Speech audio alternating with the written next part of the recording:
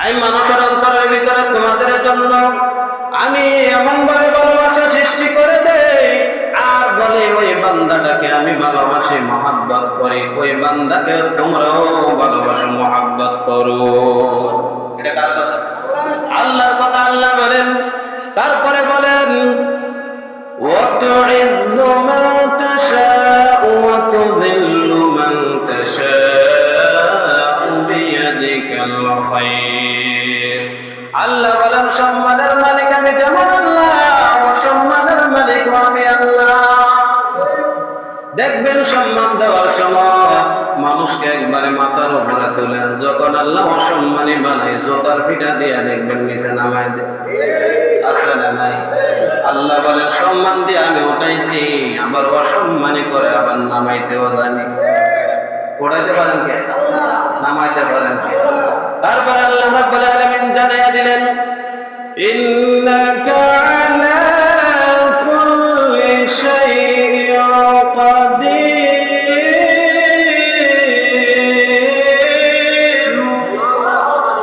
আল্লাহ বলেন, আমি আল্লাহ রাব্বুল আলামিন নিশ্চয় সকল ক্ষমতার মালিক।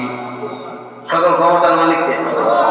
সকল শক্তির মালিক, সকল ক্ষমতার মালিক একমাত্র আল্লাহ। আমাদের দেশে দেখবেন বড় বড় আসলে, আমাদের দেশে দেখবেন রাজনীতির যখন একটা মৌসুম চলে, ইলেকশনের যখন মৌসুম চলে, ছোড়া বেড়াও টুপি লাগায়, সারা জীবন চুরি করছে, সারা জীবন ডাকাতি করছে। হ্যাঁ, হঠাৎ করে রাজনীতির ভিতরে বড় নেতা টুপি লাগায়, ইলেকশনের সময় দেখবেন ছোড়া টুপি লাগায়, কারণ এই নেতা। ঠিক না? সারা জীবনে দেখবেন পাঞ্জাবি পড়ছে না, এই সময় সৌদি আরব থেকে যোগ্য অর্ডার দিয়ে আনা। আছে না নাই?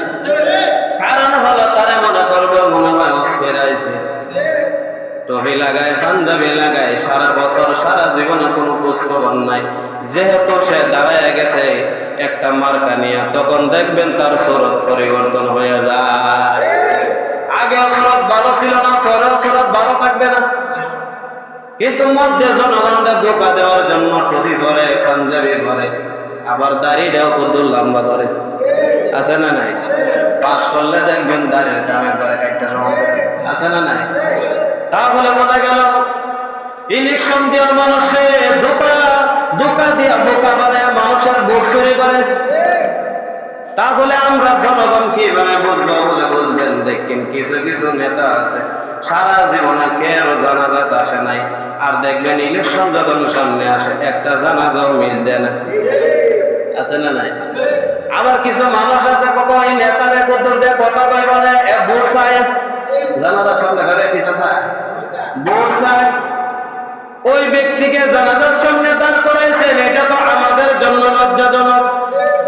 ভালো করে কোরআনের আয়াত বলতে পারে না, ভালো করে একটা সুন্নাহ কথা বলতে পারবে না, দাড়ি মনে হয় সপ্তাহে 6 বার শেভ করে। আছে না নাই? বিসমিল্লাহির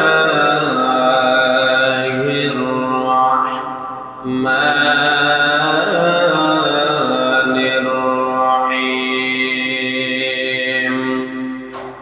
قل اللهم مالك الملك تؤتي الملك من تشاء وتنزع الملك ممن تشاء وتعز من تشاء وتذل من تشاء بيدك الخير إنك على كل شيء قدير. وقال رسول الله صلى الله عليه وسلم كفى بالمرء كذبا أن يحدث بكل ما سمع أو كما قال عليه الصلاة والسلام. صدق الله العظيم وصدق رسوله النبي الكريم ونحن على ذلك لمن الشاهدين والشاكرين والذاكرين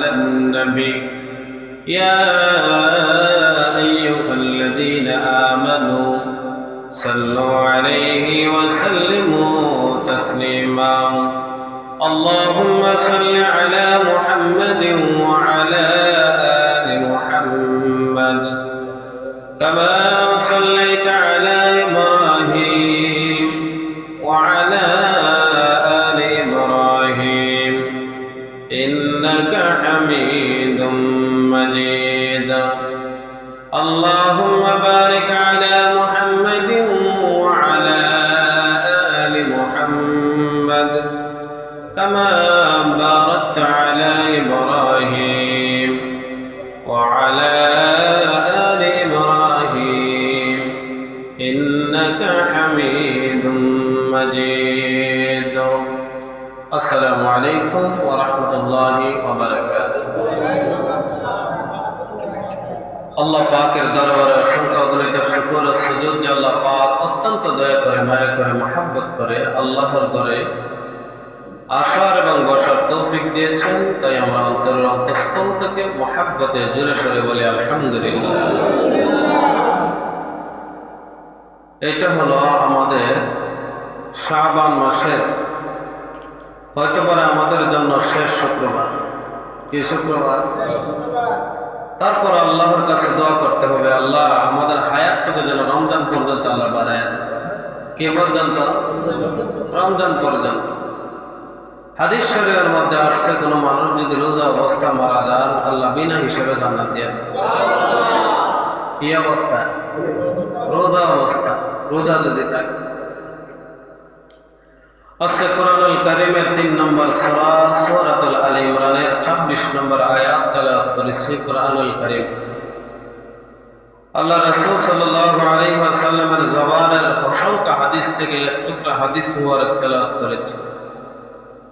আল্লাহ যেন এই আয়াত এবং হাদিসের আলোকে কিছু কথা বলতে পারি, আমরা আমল করতে পারি, আল্লাহ যেন তৌফিক দান করেন। সকলে বলি আমা তৌফিক ইল্লা বিল্লাহ। আল্লাহ রাব্বুল আলামিন সর্বপ্রথম বলেন কোরআনের আয়াতের মধ্যে আমরা চলে যাই। قُلِ اللَّهُمَّ مَالِكَ الْمُلْكِ تُؤْتِي الْمُلْكَ مَن تَشَاءُ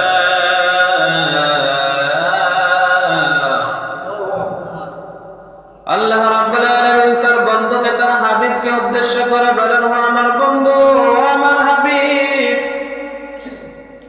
আপনি তাদেরকে বলুন একমাত্র এই দুনিয়ার রাজত্বর মালিক হলেন আল্লাহ। রাজত্বের মালিক কি? এই সমস্ত পৃথিবীর যা কিছু দেখতেছি, যা কিছু আছে, যা কিছু আসবে, যা কিছু আগেও ছিল, সব কিছুর মালিক হলেন, রাজত্ব হলেন একমাত্র আল্লাহ তাআলা। কে বলতেছেন? আল্লাহ নিজে বলেন। কে বলেন? একমাত্র রাজত্বর মালিক কে? 2 নম্বর মনে রাখবেন, আল্লাহ বলেন তুতিল মুলকা মান তাশা, আমি আল্লাহ রাব্বুল আলামিন যাকে ইচ্ছা তাকে আমি রাজত্ব দেই, ক্ষমতার চেয়ারে বসাই। ওয়া তানজিউল মুলকা মিম্মান তাশা, আমি আল্লাহ যাকে ইচ্ছা তার কাছ থেকে আবার ক্ষমতা ছিনায় নেই। দেওয়ার মালিক কে? ছিনায় নেওয়ার মালিক কে? আল্লাহ রাব্বুল আলামিন বললেন দেওয়ার মালিক যেমন আমি আল্লাহ, যেমনি ভাবে দিছি সম্মানের খাতিরে তোমাকে সম্মানের চেয়ারে বসাইছি, রাজত্বের চেয়ারে বসাইছি, রাষ্ট্রের চেয়ারে বসাইছি। একটা রাষ্ট্র সারা পৃথিবীর একটা দেশের মধ্যে তোমাকে আমি ওয়ার্ল্ডের ভিতরে বসাইছি। এটার যেমন আমি সম্মান দেওয়ার মালিক, ঠিক তেমনি ভাবে ছিনিয়ে নেওয়ার মালিক আমি আল্লাহ। তুমি যদি ভালো করো আমি ছিনিয়ে নেব না। তোমাকে রাজত্ব দিলাম, তুমি সুন্দর মতে ঠিকঠাক মতে যদি রাজত্ব চালাইতে পারো, দেশ চালাইতে পারো, জেলা চালাইতে পারো, উপজেলা চালাইতে পারো, গ্রাম চালাইতে পারো, আমি আল্লাহ আর তোমাদের সম্মান বাড়াইয়া দেব। আর যদি ঠিকঠাক মতো না চালাইতে পারো, চুরি করো, বাটপারি করো, ডাকাতি করো, মানুষের সাথে দুর্নীতি করো, আল্লাহ বলেন ওয়া তানজিউল মুলকা মিম্মান তাশা, আমি আল্লাহ এমন ভাবে ছিনাইয়া নেব, দেশে থাকবা দূরের কথা, বিদেশও তোমাদেরটাই হবে না। কার কথা? আল্লাহ বলেন আমি আল্লাহ ছিনাই নেব। বলে কিভাবে ছিনাই নিব তোমরা জানো? বলে এমন ভাবে ছিনাই নেব, একজন মানুষের কাছ থেকে যেমন ভাবে সন্তানটাকে আলাদা করলে যেমন ভাবে কষ্ট হয়, আমি আল্লাহ তোমাদের রাজত্ব, তোমাদের ক্ষমতা, তোমাদের সরদারি, তোমাদের মাতব্বরি সবকিছু আমি এমন ভাবে ছিনাই নেব, সন্তান থেকে আরো বেশি কষ্ট হবে। তারপরে আল্লাহ জানিয়ে দিলেন وَتَنزِعُ الْمُلْكَ مِمَّنْ تَشَاءُ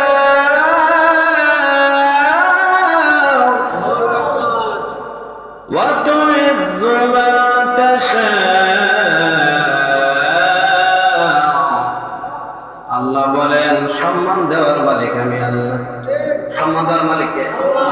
আল্লাহ বলেন সম্মানের চেয়ারে বসে আমি সম্মান দেই আমি আল্লাহ।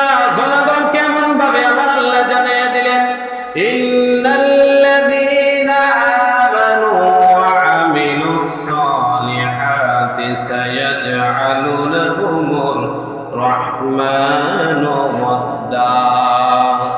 আল্লাহ বলেন বান্দা তোমাদেরকে যখন আমি সম্মান দেই, আমি পৃথিবীর মানুষদের মনের ভিতরে, অন্তরের ভিতরে, কলব নামক হৃদয়ের ভিতরে আমি তোমাদের জন্য ওই বান্দাদের, রহমানের বান্দাদের ভিতরে আমি অন্তরের ভিতরে ভালোবাসা সৃষ্টি করে দেই। সৃষ্টি করে দেন কে? আমি মানুষের অন্তরের ভিতরে তোমাদের জন্য আমি এমন ভাবে ভালোবাসা সৃষ্টি করে দেই, আর বলে ওই বান্দাটাকে আমি ভালোবাসি, মহাব্বত করি, ওই বান্দাকে তোমরাও ভালোবাসো, মহাব্বত করো। এটা কার কথা? আল্লাহর কথা। আল্লাহ বলেন, তারপরে বলেন وَتُعِزُّ مَن تَشَاءُ وَتُذِلُّ مَن تَشَاءُ بِيَدِكَ الْخَيْرُ। আল্লাহ বলেন সম্মানের মালিক আমি যেমন আল্লাহ, অসম্মানের মালিক আমি আল্লাহ। দেখবেন সম্মান দেওয়ার সময় মানুষকে একবারে মাথার উপরে তোলেন, যখন আল্লাহ অসম্মানী বানাই জোতার পিঠা দিয়ে দেখবেন নিচে নামায় দেয়। আছে না নাই? আল্লাহ বলেন সম্মান দিয়ে আমি উঠাইছি, আবার অসম্মানী করে আবার নামাইতেও জানি। উঠাইতে পারেন কে? নামাইতে পারেন কে? তারপরে আল্লাহ রাব্বুল আলামিন জানিয়ে দিলেন ইন্নাকা আলা কুল্লি শাইইন কাদির।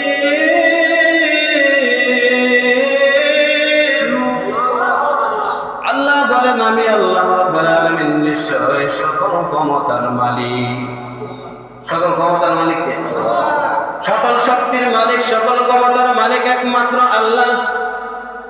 আমাদের দেশে দেখবেন বড় বড় আসলে, আমাদের দেশে দেখবেন রাজনীতির যখন একটা মৌসুম চলে, ইলেকশনের যখন মৌসুম চলে, ছোড়াবেটাও টুপি লাগায়, সারা জীবন চুরি করছে, সারা জীবন ডাকাতি করছে। হ্যাঁ, হঠাৎ করে রাজনীতির ভিতরে বড় নেতা টুপি টাপি লাগায়, ইলেকশনের সময় দেখবেন চোরা টুপি লাগায়, কারণ এই নেতা। ঠিক না? সারা জীবনে দেখবেন পাঞ্জাবি পড়ছে না, এই সময় সৌদি আরব থেকে যুদ্ধ অর্ডার দিয়ে আনা আছে না নাই? কারণ হলো তারা মনে করবে মনে হয় অস্কার আইছে, টুপি লাগায়, পাঞ্জাবি লাগায়, সারা বছর সারা জীবনে কোনো খোঁজ খবর নাই। যেহেতু সে দাঁড়ায় গেছে একটা মার্কা নিয়ে, তখন দেখবেন তার সুরত পরিবর্তন হয়ে যায়। আগে সুরত ভালো ছিল না, পরেও সুরত ভালো থাকবে না। কিন্তু মধ্যে জনগণকে ধোঁকা দেওয়ার জন্য টুপি পরে, পাঞ্জাবি পরে, আবার দাড়িটাও কত লম্বা ধরে। আছে না নাই? পাস করলে দেখবেন দাঁড়িয়ে কামে করে একটা সময়। আছে না নাই? তাহলে বোঝা গেল ইলেকশন দিয়ে মানুষের ধোঁকা দিয়া বোকা বানায় মানুষের ভোট চুরি করে। তাহলে আমরা জনগণ কিভাবে বুঝবো? বলে বুঝবেন, দেখেন কিছু কিছু নেতা আছে সারা জীবনে কেউ জানাজাত আসে নাই, আর দেখবেন ইলেকশন যখন সামনে আসে একটা জানাজাও মিস দেয় না। আছে না নাই? আবার কিছু মানুষ আছে কত এই নেতারে কদ্দুর দিয়ে কথা কয়, বলে ভোট চায়, জানাজার সামনে ঘরে পিতা চায়, ভোট চায়। ওই ব্যক্তিকে জানাজার সামনে দান করাইছেন, এটা তো আমাদের জন্য লজ্জাজনক। ভালো করে কোরআনের আয়াত বলতে পারে না, ভালো করে একটা সুন্নাহর কথা বলতে পারবে না, দাড়ি মনে হয় সপ্তাহে 6 বার শেভ করে, আছে না নাই? তাহলে তাদেরকে যেন কথা বলার জন্য তাদেরকে নেতা মানেন। মসজিদের একজন ইমাম রাখতে গেলে দাড়ির দিকে তাকান, টুপির দিকে তাকান, পাঞ্জাবির দিকে তাকান। একটা মসজিদের একটা মহল্লার যদি ইমামের এত দিকে তাকাইতে হয়, তাহলে একটা ইউনিয়নের ভিতরে যদি একজন প্রতিনিধি বানান, একজন দেশের যদি প্রতিনিধি বানান, তার কত কিছু চাওয়ার দরকার আছে না নাই? আমরা তো এগুলা তাকাই না। এক কাপ চা দিলে বিক্রি হয়ে যায় কয়টা?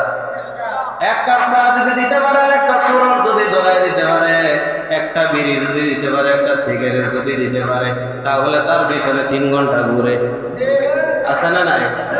এইখানে তুই আপনার ইমাম বিক্রি হয়ে যাচ্ছে। কারণ হলো একজন চাচাকে জিজ্ঞাসা করে 12টার পরে গেছে, ঘরের ভিতরে জিজ্ঞাসা করে তোমার 12টার সময় গিয়ে আসলাম, বলে আমি বাহিরে আসলাম। বলে ভাত খাইতে না? বলে খাওয়ার দরকার নাই, দোকানে যা খাইছি তাই চলবো। দিল্লি ইলেকশনের সময় কি দোকানে যা খাইছি তাই চলবে। বলে কি কি খাইছো? 40টা চা খাইছি। কটা চা? 12টা বন খাইছি, সয়ালি কলা খাইছি। তোমার আবার বেড়া খাওয়া, তোমার তো পড়ালেখার বুনিয়াদ নাই, কি নাই? শিক্ষা দীক্ষার দ্বারে দাও তুমি যাই না, তোমার কে শিক্ষা দীক্ষা লাগে না এগুলা খাইতে? কি লাগে না? বিএনপির লোক যখন আসে, আমি আওয়ামী লীগের বিরুদ্ধে কই, তখন বিএনপির লোক চাচারে ফোন দে, চা দে, কলা দে, আছে না নাই? আছে না নাই? আবার কিছু কিছু মানুষ আছে দেখবেন, বিএনপি আসলে আওয়ামী লীগের বদনাম করে, আওয়ামী লীগ আসলে আবার বিএনপির বদনাম করে, বিএনপি আসলে আবার জামাতে ইসলামের বদনাম করে। কইরা কইরা শুধু চা খায় আর বিড়ি খায়, আছে না নাই? চা আর বিড়ি খাওয়ার জন্য মিথ্যা কথা দেন বললা। চাষে জিজ্ঞাসা করে, আর তোমার তো কোনো বুঝি নাই। তাহলে বোঝা গেল ইলেকশন আসলে তোমার কানা আছে, না আসলে তোমার কানা নেই। এরকম আছেন না তাহলে? হ্যাঁ, সব বাড়ির টাকা কত? 1 লাখ টাকাই বাড়ির মধ্যে দিলাম, একজনের হাতে বুঝাইয়া দে, একজনের হাতে যখন বোঝায় দেয় 1 লক্ষ টাকা, বোঝায় দেওয়ার সময় তো 1 লক্ষ টাকা, 500 টাকা, 1000 টাকা দিবা। মানুষের মাথা কিনতেছে, এর মাথা, মানুষের মাথা কিনতেছে। মানুষের মাথা তো টাকা দেওয়া বিক্রি হয় না, ইলেকশনের মানুষের মাথাও বিক্রি হয়, মানুষের মাথা বিক্রি হয়। মাথা পিছে 500 টাকা, মাথা পিছে কত? 500-র বেশি তো পাওয়া যায় না। মাথা পিছে 500 টাকা বিক্রি হয়। এত টাকা দিবা, যে নেতার কাছে টাকা দিছে এই নেতা খায়া বয়া দেয়, ওই নেতা খায়া বয়া থাকে। তাহলে বোঝা গেল আপনাদেরকে দেখায় দেখায় আপনার মাথা অন্যজনে বিক্রি করে হে ওই নিজে খায় এলাকা, আছে না নাই? তাহলে বোঝা গেল ইলেকশন আসলে খুব সতর্ক থাকবেন। যদি আপনি বিনা স্বার্থে তাকে ভোট দিতে পারেন, তাহলে আপনি অফিসে যাওয়ার সাথে সাথে, সে যদি পাস করে, অফিসে যাওয়ার সাথে সাথে আপনাকে মূল্যায়ন করবে। বুঝলেন? জনগণেরও দোষ আছে, নেতাগুলোরও দোষ আছে, দুনো দলের কি আছে?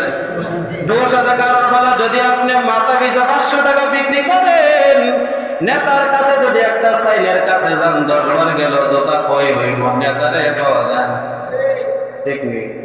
সাধারণ মেম্বারের কাছে গেলে দেখেন কি দাম, কতর মাথা কিনছি, কতর এত মূল্যায়ন দেওয়ার দরকারটা কিনতে, ঠিক না? তাহলে বোঝা গেল আমরা যারা আছে ইলেকশনের সময় 5 টাকা চা খায়া, বন খায়া, বিস্কিট খায়া, বিড়ি খায়া, আপনি মাথা বিক্রি করেন না। কি বিক্রি করবেন না? মাথা বিক্রি করেন না। যদি মেম্বার হতে পারে, চেয়ারম্যান হতে পারে, যদি আপনার এমপি হতে পারে, তাহলে আপনার অপমূল্যায়ন করবে, বলবে তোমাকে কিনা হয়েছে, আর আজকে তোমাকে দাম দেওয়ার সুযোগ নাই। কিন না কি করে তারা, চাল আসলে চাল অর্ধেক মেরে দেয়, চোরের দলে, আছে না নাই? দেখবেন বেশি অর্ধেকে মেরে দেয়। কারণ কি? আপনাকে সঠিক মূল্য দিতেছে না, আপনিও তাকে মূল্য দিচ্ছেন না।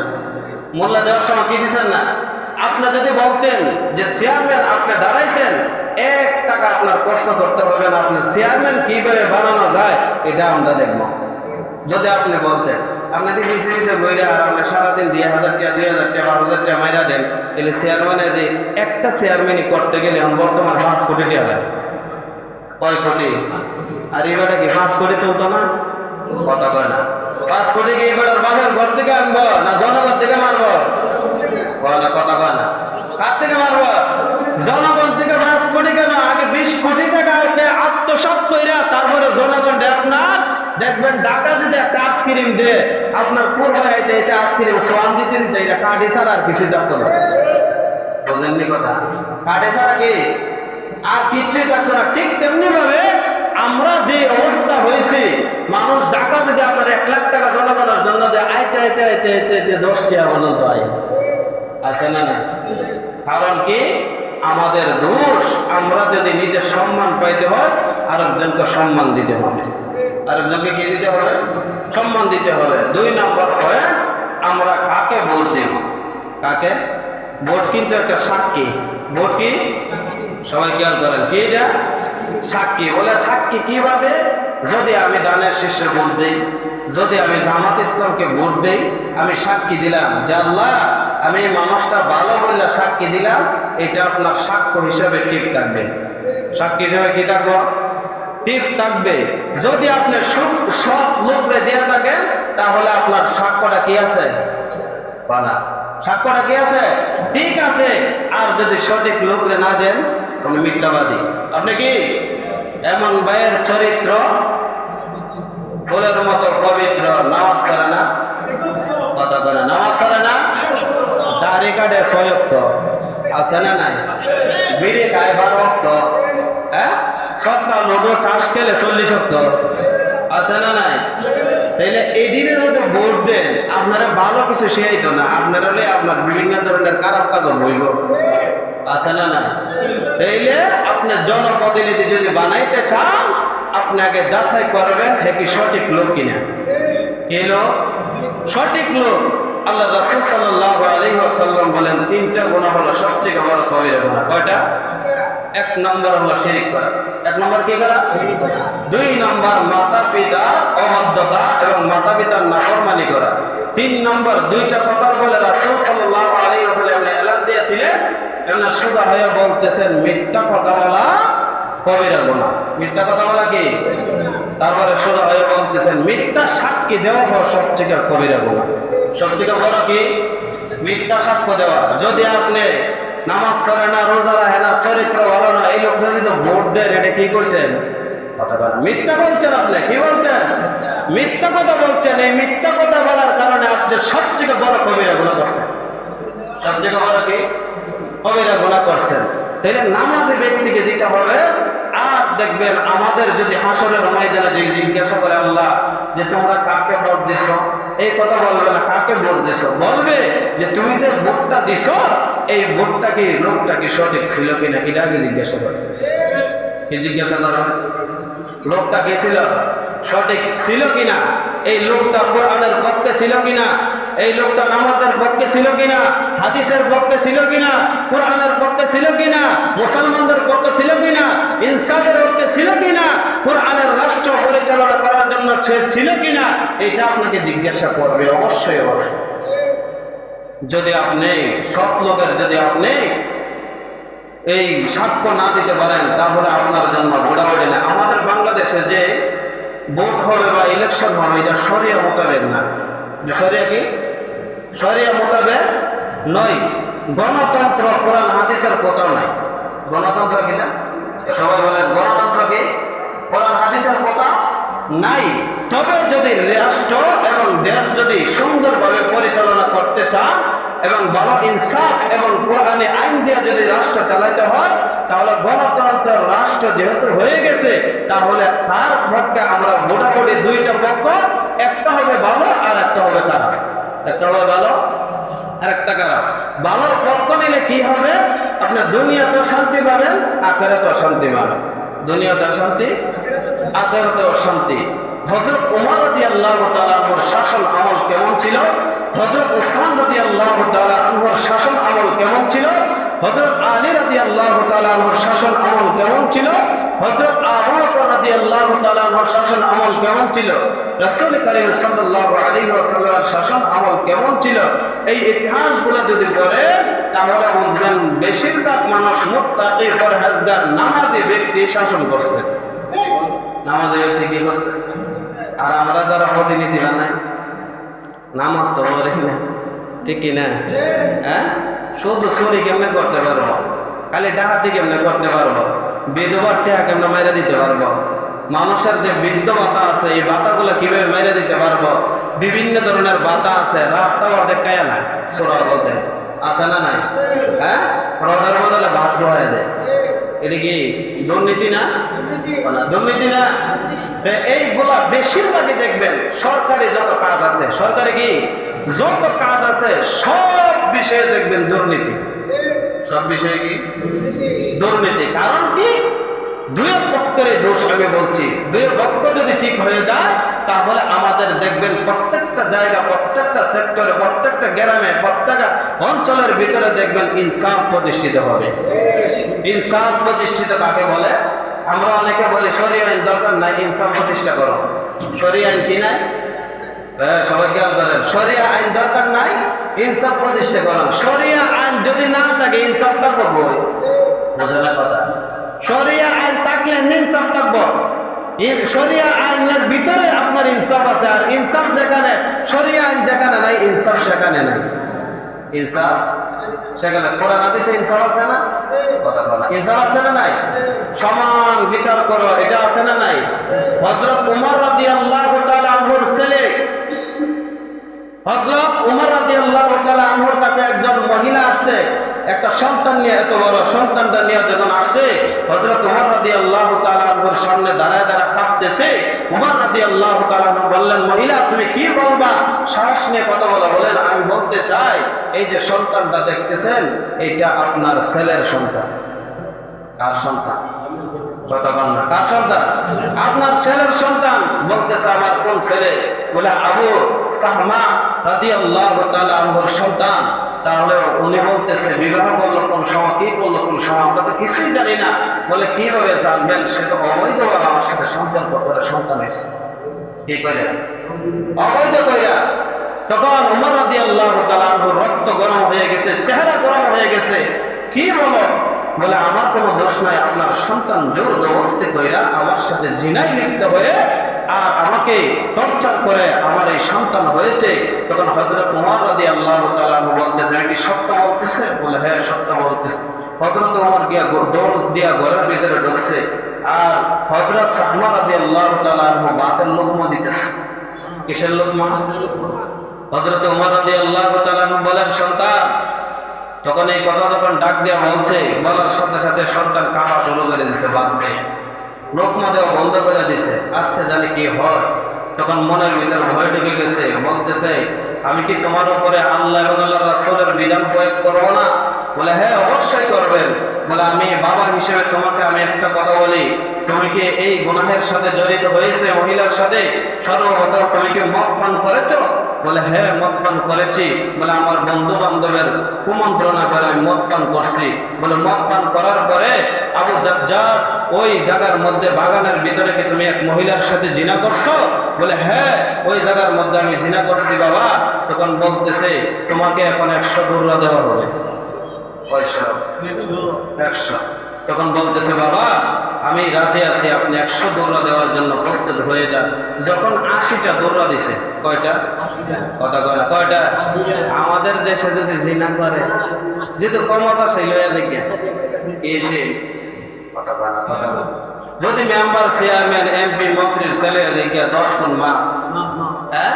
আর যদি গরিব এরা ধরে আন ঘর থেকে, আছে না নাই? ঘর থেকে কি করতো? ধরে আনতো। আর যদি হয়ে যায় তাহলে টাকা দিয়ে শেষ করে না। কিছু মানুষ আছে না নাই?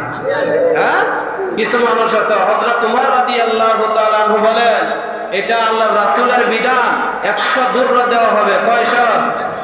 100 দুর্রা দেওয়া হবে। 100 দুর্রা দেওয়া হবে। এই কথা শুনে যখন 100 দুর্রা এক থেকে শুরু করছে, 80টা দুর্রা দেওয়ার সময় হযরত ওমর রাদিয়াল্লাহু তাআলা আনহুর সন্তান বলতেছে বাবা আমি 100 দুর্রা, 80টা দুর্রা হয়েছে, আমি মনে হইতেছে জান্নাতে প্রবেশ করতেছি। কোথায় প্রবেশ করতেছে? জান্নাতে প্রবেশ করতেছি। যখন 90টা দুর্রা দেওয়া হয়েছে তখন আপনার আস্তে করে কথাবার্তা বন্ধ করে দিছে আর দুনিয়ার থেকে চলে গেছে। বাবাকে সালাম দিয়ে লাস্ট কথা বলছিলেন, বাবা আমার উপরে শরিয়া আইন আমার উপরে চালু করে আমার উপরে বিধান যখন হুকুম পালন করতে লাগলাম তখন আমার মধ্যে একটা শান্তি শান্তি ভাব লাগতেছে, আমি যেন জান্নাতে প্রবেশ করতেছি। ছেলেরাও কি করে নাই? এটারে কো ইনসাফ, এটারে কি বলা হয়? নিজের বলে ইনসাফ নয়, পরের বেলা ইনসাফ। আছে না নাই? এটার নাম ইনসাফ নয়। যেমন গরিবের বেলা আইন, ঠিক বড় লোকের বেলা আইন। কোটিপতির যে আইন, 1 টাকার মালিকের যিনি, তিনিরও এই আইন। এটার নাম হলো ইনসাফ। এটার নাম কি? আর আমাদের দেশে ইনসাফ শুধু গরিবের বেলা, ধনীর বেলা ইনসাফ নাই। তাহলে আমরা ইনসাফ বুঝছি তো? আল্লাহ যেন আমাদের সবাইকে প্রতিটা গ্রামে গ্রামে, প্রতিটা মহল্লায় মহল্লায়, প্রতিটা ঘরে ঘরে ইনসাফ প্রতিষ্ঠা করার তৌফিক দান করেন। সকলে বলে আমিন। ওয়া আখিরু দাওয়ানা আনিল